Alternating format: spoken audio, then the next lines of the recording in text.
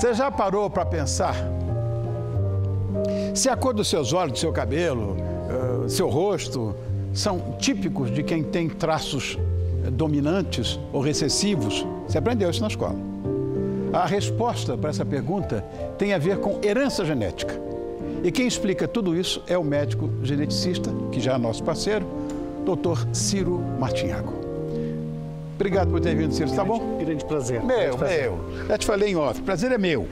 Obrigado, querido. É isso. Bom, antes de mais nada, vamos falar da diferença que existe entre herança genética e hereditariedade. Isso é importante, Rony, porque existe uma diferença e é importante a gente saber sobre essa diferença. Então, genético, né? Vamos dar um exemplo que a gente vai conversar sobre o câncer, por exemplo, né? Todo câncer é genético, mas por volta de 10% dos cânceres são hereditários. O que significa isso? Genético é sempre quando há uma modificação no nosso DNA, na molécula de DNA em si, né?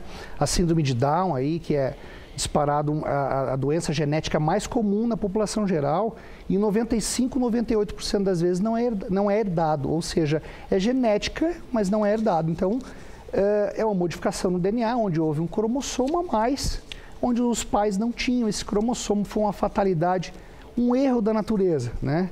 E que, aliás, a natureza acerta na maioria das vezes. Ela tem um parceiro que a gente chama o meio ambiente, que acaba fazendo essa seleção naturalmente aí, do que acaba vingando na nossa natureza. Claro que hoje em dia, com a sociedade estruturada do jeito que é, já não funciona da forma como funcionava anteriormente. O próprio conceito, né, hoje não é o mais forte, sim o mais apto, né? Antigamente a força era todo o poder, hoje já não é mais. Então, é importante lembrar que uma doença genética não necessariamente é uma doença herdada. Em 2015, um estudo confirmou, inclusive, que a herança genética, na verdade, não é determinada somente pelo DNA. Né? O que isso quer dizer na prática? Quer dizer o seguinte, Rony, nós temos o nosso DNA, que a gente chama o DNA nuclear, que é responsável pelas nossas características físicas, né? Pelas doenças, por determinadas condições que a gente, por exemplo, uma trombose, né, que a gente possa desenvolver, etc. Existe o DNA mitocondrial, que há um tempo atrás também saiu uma pesquisa sobre isso, né? Quer dizer, aquelas crianças que estão nascendo com o DNA de 3 pais diferentes. Na verdade, o DNA mitocondrial não carrega características, e sim, basicamente, a energia da célula. Agora, existe já, antes mesmo de 2015, o conceito que a gente chama, Rony, de epigenética, que é exatamente esse campo intermediário entre a genética e o meio ambiente. Como que o nosso organismo, os nossos genes respondem ao meio ambiente, né? Então, a gente sabe que esse tipo de herança, que na verdade não é bem uma herança, porque acaba que você ter contato com o meio ambiente para poder desenvolver aquilo, né, também dá algumas características. Lembrando que uma criança hoje adotada, por exemplo, você tem uma alta probabilidade de ficar parecido com os pais. Não sei se você já percebeu isso em algumas famílias, né? Em botânica existe isso, é o mimetismo? Pois é, somos grandes admiradores dos nossos pais, né? Ao ponto que uma criança de 3 meses vê um pai sorrindo, ela sorri também. Ah, tá sorrindo para mim. No fundo, ela está imitando o que ele está fazendo, né? E com a tonalidade de voz, a forma de gargalhar e etc. E com isso você começa a modificar a musculatura da face, que fica muito parecida. Agora, né? a gente sabe que existem, na verdade, os genes dominantes e os recessivos. Perfeito. Tudo bem. Quais as características físicas, Ciro, que uma coisa pode ter atribuída a uma ou outra? É importante... E por quê, né? Existe aquela história de saiu a cara da mãe, saiu a cara do pai, essa coisa toda, né? Primeiro a gente precisa lembrar que a metade do DNA vem dos dois, obrigatoriamente, né? Mesmo que saia a cara de um deles, né?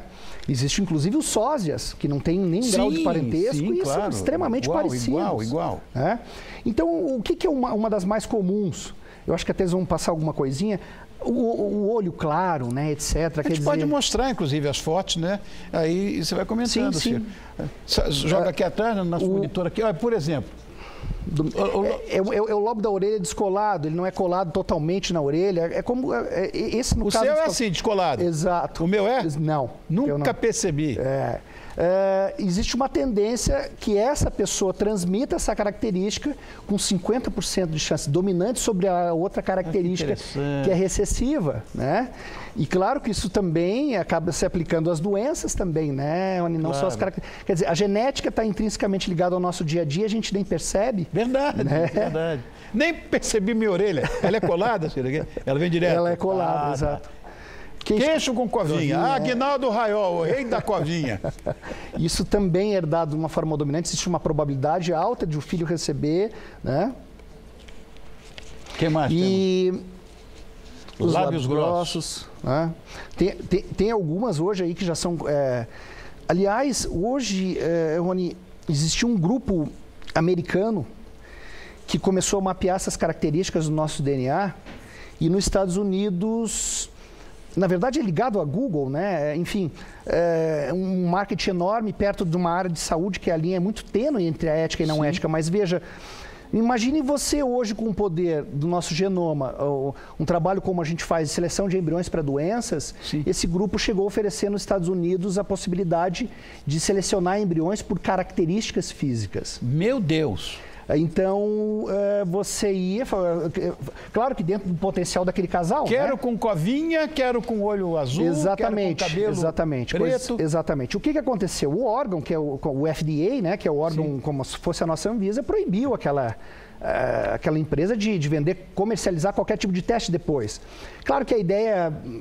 básica, ela parece até atrativa, sim, mas a gente está... Ou seja, vamos olhar o outro lado da moeda. Quer dizer que eu vou acabar descartando um embriãozinho só porque ele não tem o olho claro, ou porque ele não tem os cabelos encaracolados. Perverso. Quer dizer, veja, a gente chama isso de eugenia negativa. Correto. Né? Porque a positiva é aquela que você seleciona perante as doenças. Sim, né? O indivíduo vai desenvolver alguma coisa. Agora, a grande graça disso é, imagine na época que começou, primeiro, a entender como é que a gente transmitia isso, né? O nosso DNA chegou a ser chamado de espermina, porque o espermatozoide de salmão tem muito DNA e era estudado, e acreditava-se então que era um composto parecido com espermatozoides, e que tinha muito a ver, óbvio, né? Metade do nosso DNA a gente está transmitindo ali. Enfim, então você imagine essas pessoas, indivíduos sem conhecimento prévio, tentando identificar como que essas coisas eram transmitidas, como o próprio Mendel com as ervilhas dele, etc., né? E hoje, tendo em mão já o nosso sequenciamento do genoma humano, a gente já começa a identificar onde essas características estão no nosso DNA, que no fundo, a nível de saúde, não existe uma relevância muito grande, né? Onde são características físicas. Vamos ver mais uma foto. Aí sou eu, meu acolado? Possivelmente os pais são... De lóbulo colado, nunca percebi também. Mas se transmite de uma forma recessiva. Queixo sem covinha. O de covinha vai se sobressair. Você está na covinha, eu estou fora da covinha. Lábios finos. Recessiva. Recessiva? Quer dizer... O lábio grosso tem uma dominância sobre o recessivo. Então, se um dos dois tiver os lábios grossos, a tendência maior é ter... Que lindo esse olho. Lindo, aliás. Aliás, esse dos olhos azuis, que é aquilo que a gente aprende no vestibular, azão, azinho, né? Azinho, azinho. Não é bem recessivo. Existem um pool de genes que dão essa característica, mas a gente sabe que a herança recessiva é que o olho vai ser claro. Então, pode ser um esverdeado, um azul, né? Então, essa é a tendência recessiva em si, com 25% de chance. Bom, nós estamos falando agora há pouco de anomalias que um casal pode ter na geração de um filho. Eu tenho na família um casal consanguíneo. Uhum. Essa probabilidade aumenta? Um dado importante, Rony, para toda a população, é que qualquer casal que engravida está sob um risco que o filho nasça com um problema. E esse número é 2 a 3%. Ou seja, a cada 100 bebês que nascem, 2 ou 3 vão nascer com uma malformação congênita. Né? São dados da natureza, um dado empírico em si. A partir do momento que o casal é consanguíneo, primos de primeiro grau, tem um dos pais que são irmãos em comum. Exatamente esse é o caso. Esse risco vai para 9%. 3 vezes mais. Uma consanguinidade acima de segundo, terceiro grau já se aproxima da população normal. Tá? Que seria algum risco aí por volta, eu jogaria um 3, 4, mais ou menos. Mas são estudos populacionais de grandes populações, né? Isso tudo, Rony, porque esse casal, que é primo de primeiro grau, eles têm 15% do DNA idêntico. Todos nós, eu costumo brincar dizendo que ninguém é normal, a gente tem uma porcentagem de genes alterados para as doenças recessivas. Por isso que a gente não desenvolve a doença. Ou seja, a doença recessiva, o indivíduo precisa receber o gene dos dois lados com problema, que a gente chama de mutação, né? Tá. Então, se eu caso com uma pessoa aleatória na população geral, entre 25 mil genes, esses genes são aleatórios. Se eu caso com a minha prima de primeiro grau, é bem possível que algum desses genes possam bater e esse match entre os dois fatalmente pode causar doença.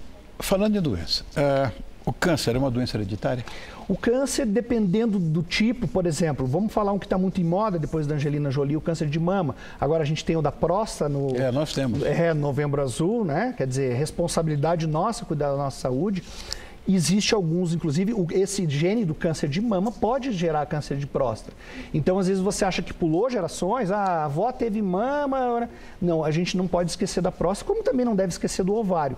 Por volta de 5 a 10% dos cânceres em geral, Rony, eles são herdados, ou seja, você recebe no teu DNA aquela tendência a desenvolver. Mas isso quando, às vezes, as pessoas fogem de um teste como esse para ouvir aquilo que não quer, mas a gente precisa lembrar também, no caso do câncer de mama, né, quando se tem uma mutação no chamado gene BRCA1, esse indivíduo tem um 70% de chance de desenvolver o câncer realmente. Mas tinha uma família que a mãe e 4 filhas. Uma atrás da outra. Esses sim são os casos onde é muito provável que você receba no teu DNA já a mutação, Rony. Porque esse 90% é aquela historinha que você não tem a mutação no teu DNA.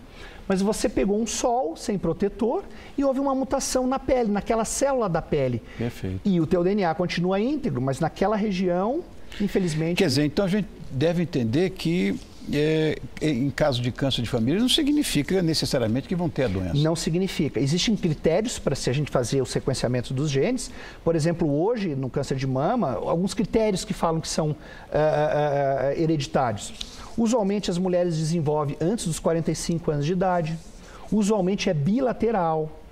Você tem um parente de primeiro grau, uma mãe, uma irmã, etc., ou 2 parentes de segundo grau. Então, existem critérios para se preencher, para solicitar esse tipo de teste. E a prevenção hoje, né, é sempre o melhor caminho. É fundamental, lógico. Lembrando que a gente está começando a editar nosso DNA, quem sabe em 5, 10 anos a gente não consiga ter correções em relação a isso. Né? Eu acredito sinceramente nisso. Eu já vejo isso acontecendo na China há um bom tempo. Claro. Há muito tempo, viu, Rony? Agora, resta saber se isso vai ser usado apenas para o bem, né? Mas claro que vai. É mito ou é verdade essa história de que uns cientistas russos descobriram o gene que causa depressão? Existem, na verdade, Rony, existem vários genes relacionados... Mas tem a ver com a genética? Tem sim. A gente tem famílias muito bem... É a mesma história do câncer. Por volta de 10 a 20% dessas famílias, você vê o pai, um filho, um neto. Aí você vê essa herança dominante bem não pula muitas gerações. Agora, é comum em qualquer família, eventualmente, você ter um indivíduo que é esquizofrênico, alguém que teve câncer, né? Quer dizer, isso é comum nas famílias. O que não é comum é quase toda geração ter isso. Eu mesmo tenho uma família aqui no Brasil com um quadro depressivo, compulsivo, atípico, que a gente achou no genoma dessa paciente. A gente chama de deleção, é uma ausência de um pedaço de DNA que tem um gene muito importante para a parte cognitiva. Então, existe uma tendência maior, inclusive, ao alcoolismo, a vícios, etc. O próprio alcoolismo em si, que eu chamo de alcoolismo, Rony, é aquele que o indivíduo depende, é dependente. Dependência. Não, porque existe um conceito do alcoolismo que é tomar todo dia uma cervejinha, você já estaria classificado. Mas seria quase 40% de chance que o filho também desenvolva. Uau. Então, muitas das vezes, é sábio o filho que acaba não entrando no álcool de alguma forma, porque se ele entrar, é inevitável que ele acabe sendo carregado pelo álcool. Essa seria a palavra, né?